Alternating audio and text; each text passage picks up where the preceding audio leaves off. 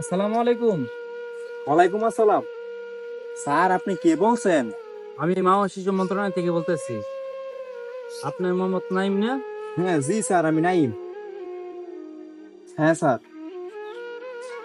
আমি আপনাকে তিনটা প্রশ্ন জিজ্ঞাসা করবো, একবারে উত্তর দিবেন। আপনার স্ত্রীর নাম কি সোনালী এবং শাশুড়ির নাম কি রূপালী এবং আপনার শ্বশুরের নাম কি কুদ্দুস আলী? হ্যাঁ স্যার, কিন্তু আপনি কেমনে জানেন? আমি জানলাম ওই যে আপনার বাংলাদেশ সরকার যে আপনাদের যে একটা লিস্ট দিছিল যে গর্ভবতী ভাতা, ওই জায়গার মধ্যে যারা 3 বছর মেয়াদি যে গর্ভবতী যে ভাতাটা পাইতো, ওইটা আমরা এককালীন দিয়ে দিব। আপনার এককালীন পেতে হলে আপনাদের কিছু শর্ত পূরণ করতে হবে। আর এই শর্তগুলো আপনি কি জানতে চান, নাকি আপনার 3 বছর মেয়াদি নিতে চান? যদি এককালীন নিতে চান তাহলে আমাদের কিছু শর্ত অবশ্যই পূরণ করতে হবে। আচ্ছা স্যার, এইটাই তো বুঝলাম না, এককালীন কি একটু বুঝাইতে পারবেন আমারে?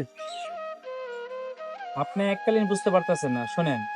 আপনারা যেই টাকাটা 3 মাস পর পর মানে পাইতেন, যে 3 বছরে পাইতেন, এই টাকাটা আপনি 3 বছরে না পেয়ে 1 মাসের ভিতরে পেয়ে যাবেন গা। তাতে আপনাদের একটু সুবিধা হইলো, আমাদের একটু প্যারা কমলো। পরবর্তীতে যারা ভাতা নিব ওদের লিস্টটা করে রাখতে পারতাম, অনেক লিস্ট হয়ে গেছে তো। এই জন্য গণপ্রজাতন্ত্রী বাংলাদেশ সরকার চিন্তা করছে, যারা পুরাতন লোক আছে তাদেরকে এককালীন সব টাকা দিয়ে দেওয়া হইব। যদি আপনি এককালীন নিতে চান তাহলে আমরা একটা SMS পাঠামু। আপনি অবশ্যই এই SMS এর যে কোড নাম্বারটা, যে কোড নাম্বার তো বুঝেন, ওই কোড নাম্বারটা শুধু আমাদের বলবেন, ঠিক আছে?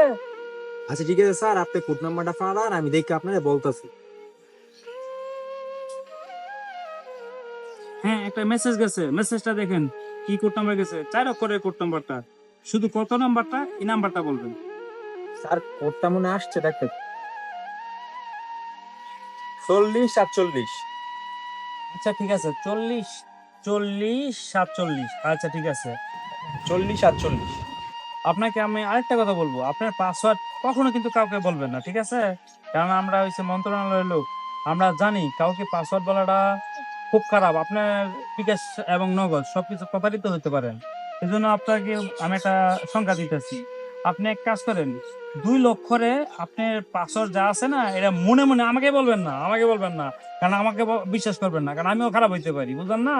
আপনি এক কাজ করেন, এই 2 লক্ষরে আপনার পাসওয়ার্ডটা মনে মনে একটা বাগ দেন। পরে বাঘফলটা কত এটা শুধু আমার জানাইবেন, আর কিছু বলবেন না। আবারও বলতেছি, পাসওয়ার্ড কিন্তু আমার বলবেন না, আমি কিন্তু আপনার পাসওয়ার্ড জানতে চাই না। পাসওয়ার্ড নিয়ে আমি অনেক খারাপ কাজও করে বলতে পারি, কারণ লোক তো সবারই আছে ভাই, বুঝেন না কে? আপনি এক কাজ করেন, 2 লক্ষরে আপনার পাসওয়ার্ডটা মনে মনে বাগ করেন, বাগ করলে বাঘফলটা কত এটা আমার জানাইবেন, ঠিক আছে? আচ্ছা স্যার, আমি বাক করে দেখতেছি।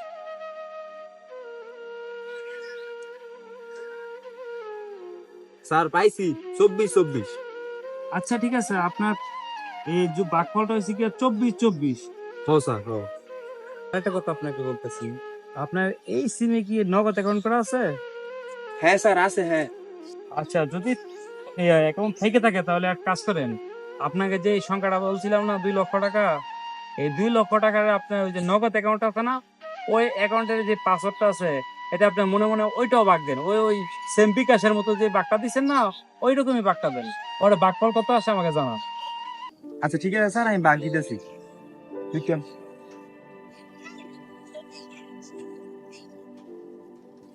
99 99। আচ্ছা ঠিক আছে, আমি বুঝতে পারলাম আপনার এই সিমে আপনার বিকাশও আছে নগদও আছে, কিন্তু আমি তো বিকাশ এবং নগদে ওই টাকাটা ঢুকাতে পারতেছি না। আপনি এক কাজ করেন, আপনার যে কোনো ব্যাংকের মধ্যে আপনার সেভিং অ্যাকাউন্ট আছে, কারেন্ট অ্যাকাউন্ট না, কিন্তু কারেন্ট অ্যাকাউন্টে আবার টাকা ঢুকবো না।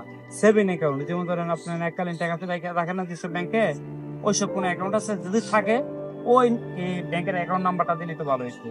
না স্যার, আমার বিকাশ আর নগদ ছাড়া কোনো অ্যাকাউন্ট নাই স্যার, এই দুইটা ছাড়া। আচ্ছা ঠিক আছে, তাহলে আপনার ওয়াইফ অথবা আপনার পরিবারের অন্য কারো কি কোনো অ্যাকাউন্ট আছে? যদি থাকে ওদেরটা দিলেও পারেন, কারণ একজনের নাম্বার তো টাকা ঢুকিলে আপনি তো নিতেই পারবেন। যে কোনো একটা অ্যাকাউন্ট দিলেও চলবে, দেখেন আছে কিনা, অথবা প্রতিবেশী কারো কাছে আছে কিনা। যদি থাকে তাহলে বললে একটু ভালোই হয়। আর এই অ্যাকাউন্ট নাম্বারে আমরা টাকাটা ট্রান্সফার করে দিয়ে দিব। না স্যার, আমি কারো নাম্বারে টাকা ঢুকাবো না। ঢুকাইলে আমার এই নাম্বারে আমি টাকা ঢুকাই। আমার এই নাম্বার স্যার আমি কোনো একটা বুঝি না স্যার। আচ্ছা ঠিক আছে, আমি আপনাকে আবার 10 মিনিট পরে ফোন দিব, আপনাকে জানাবো আপনার নাম্বারে টাকা ঢুকছে কিনা। আপনি 10টা মিনিট অপেক্ষা করুন।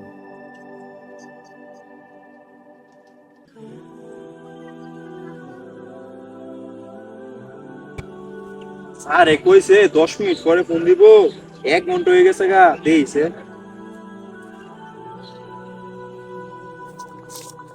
আল্লাহ, আমার টিয়া কম স্যার একটা ফোন দিতে দিছে,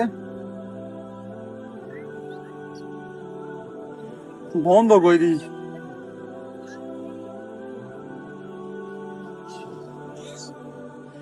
বন্ধ স্যার নাম্বার দি বন্ধ কর। আবার কি করবো?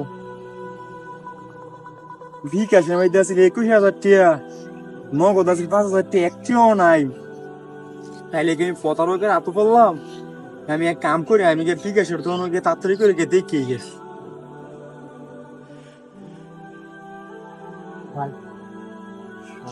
ভাই ভাই আপনি আমার বাঁচান ভাই। আমার জীবনের যত কামাই কষ্টের টিয়া ভাই সব লেগে গেছে ভাই। ভাই আপনি আমার বাঁচান ভাই। ভাই আপনি একটু চেক করে দেন ভাই। ভাই কি হয়েছে ভাই, আমার একটু খুললে বলেন তো ভাই, আপনার কি হয়েছে?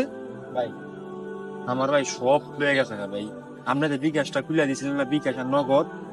সকালবেলা জানি কাটা ফোন দিছে ভাই, কইছে কইছে এইটা করতাম ভাই, এইটা মনে মনে আমি করছি, যেমন যেমন কইছে আমি এমনি এমনি করছি। আর 1 ঘন্টা পরে দিই আমার টিয়া পয়সা কিচ্ছু নাই, বিকাশও নাই, নগদও নাই ভাই। ও আচ্ছা, তুমি নিশ্চয় প্রতারকের চক্করে পড়ছো। তোমার কাছ থেকে কোনো কোড মোড কিংবা কোনো নাম্বার টাম্বার চাইছে? আমার মোবাইলের মধ্যে একটা কোড আইছে, কোড নাম্বারটা আমি কইছি, পরে কইছে 2 লাখের, কইছে কোড নাম্বার দিয়ে ভাগ করে কইছে আমার ফলটা বানাইতাম। আমি ফল জানাইছি, কইছে 10 মিনিট পর আমার ফোন দিব, আর আমি 1 ঘন্টা পরে ফোন দিছি। দি আমার টেবিলে কিছু নেই, এনে নাম্বারও বন্ধ। আচ্ছা ঠিক আছে, আমি বুঝি। তুমি একটা কাজ করো, তুমি গিয়ে একটা জিডি করো, জিডি করে তারপর দেখো কি হয়ে যায়। তো তুমি একটা জিডি করো, দিয়ে যাও। এবারে তুই দোস্ত আসামিরা হ্যালো রড কাই ভিডিও বিবেড়া। ও স্যার গো স্যার, আমার বাঁচান স্যার, হ্যাঁ তুমি ফোনটা কাটো, আমার সব শেষ। আমি পরে তোমার কল দিয়েছি রাস্তা পরে। কি সমস্যা তোমার? স্যার আমি তো কি প্রতারকের কাছে পড়ছি, আমার সব শেষ স্যার। আমার বিকাশ নগদ টিয়া যায় আসছিল, আমারে কইছে ইমন ইমন কোড নাম্বার দিতাম, আমি দিয়া আমি গো স্যার শেষ।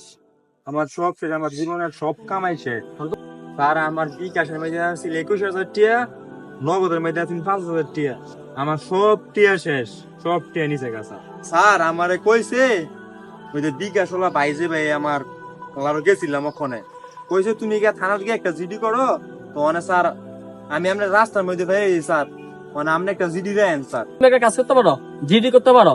জিডি করলে তুমি পাইতে পারো না পাইতে পারো, কারণ তোমার মতো লক্ষ লক্ষ মানুষ পতিত হইতেছে।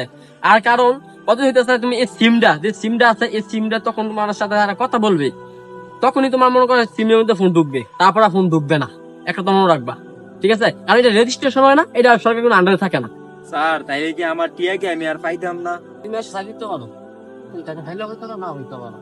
আর 100 আমার সাথে দিয়ে, তো আমি খুব ব্যস্ত আছি, তোমার সাথে আমি পরে কথা বলবো। এভাবে বিকাশ ও নগদ প্রতারকগণ দেশের সাধারণ মানুষকে বিভিন্নভাবে সর্বশান্ত করে। সাধারণ মানুষ তাদের ফাঁদে বিভিন্নভাবে পা দেয়। অতএব আমাদের উচিত কোনো অপরিচিত নাম্বার থেকে ফোন আসলে তাদের কোনো পিনকোড, ভেরিফিকেশন কোড অথবা যে কোনো সংখ্যার যোগফল, ভাগফল ইত্যাদি জানতে চাইলে তাদেরকে না জানানো। আসসালামু আলাইকুম।